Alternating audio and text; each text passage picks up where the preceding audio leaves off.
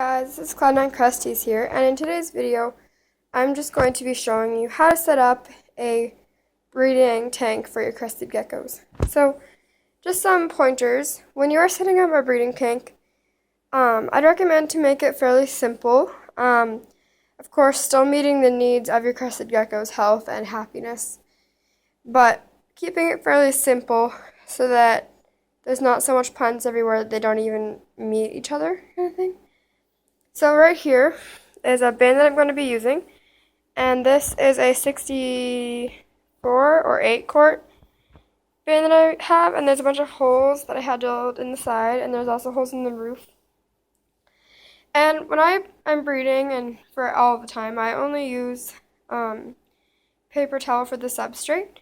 It actually holds humidity pretty well. It's easy to clean, and it also reduces the chances of impaction. Okay, so first things first, some breeding essentials. You are going to need a lay box for your crested gecko, and right here, I just have this container, and in here is a combination of forest moss and sphagnum moss. And you guys don't have to do this, but I always put holes on the side of my lay boxes because it helps the ventilation go through here so it's not always soaking wet, and it just helps the female have a little bit more ventilation when she's in there. Now, not all people use moss in their lay boxes. Some people use organic planting soil or like stuff you can get at pet stores.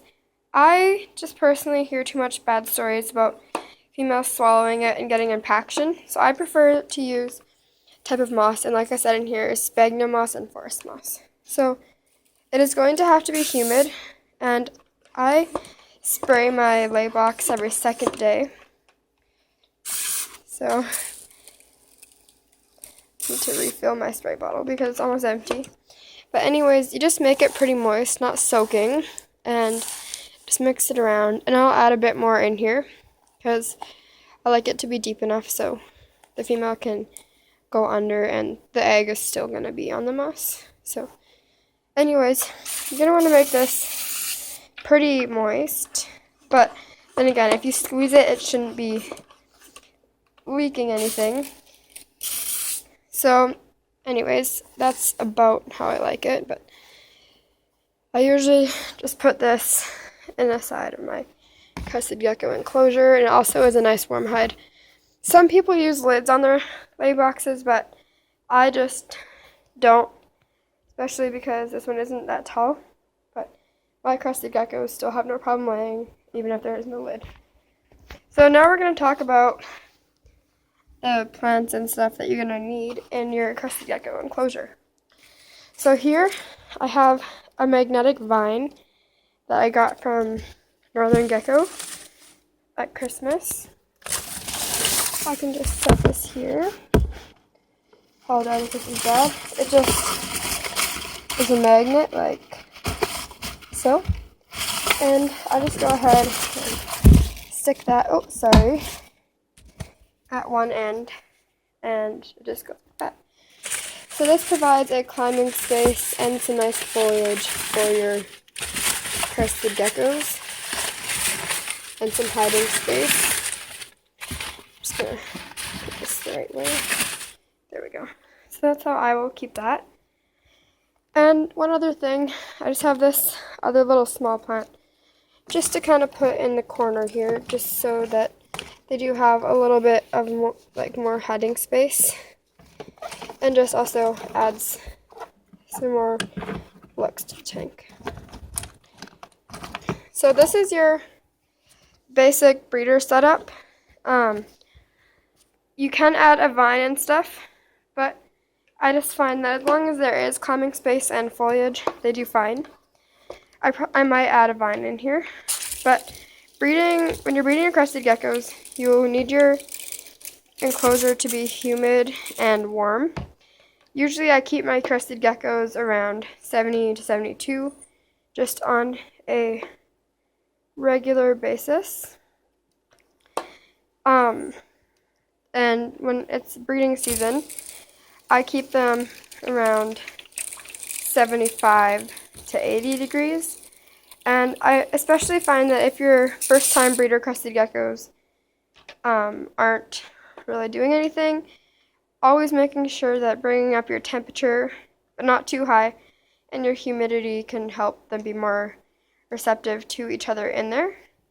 And also, when you're breeding your crested geckos, another essential that must be done is your crested geckos need to be fed on a high quality diet. And 2 diets that I would recommend is either Repashy or Pangea. I just go by my gecko's preference. The male that I'm actually breeding my female with right now, he prefers Repashy and so does my female, so it works good. He will eat Pangea, but not as well. But all my other geckos prefer Pangea, so I just buy both of them. But anyways, this is your setup. Also, you need to be adding calcium to your crested gecko's food with D3. And I add this like once a week. But usually with my females, I always have a little dish just with a little bit of calcium powder because their eggs are made out of calcium and they also need calcium in their body in order to be healthy. If your females don't have enough calcium in her body either will not produce eggs for you, or if she does, she's more likely to become egg-bound, or she can get a calcium deficiency, which can lead to floppy tail syndrome, or what am I thinking of? The metabolic bone disease, and you really don't want that. So make sure you're feeding extra calcium, especially during your breeding season. And I also, every 2 weeks, give my crested geckos a little bit of herptovite because it has some phosphorus. And you do need to have a stable ratio of phosphorus to calcium in your crested gecko's diet. And also, it's a multivitamin, so it has a bunch of other vitamins that can help your crested gecko stay healthier and produce well during their breeding season. So, I hope this video was informational and helpful to you guys and your knowledge. And please request more videos, as I am available to be making videos right now. So, yeah. Please subscribe to my channel and follow my Instagram at cloud.9.cresties. And the 9 isn't the number, it's actually spelled out. So go give that a look, and you can see all my geckos on there. And I also have a Facebook page, and it's just under Hannah Fraser, and I will be posting any hatchlings or geckos that become available on my Facebook page. So yeah, thanks for watching. Bye.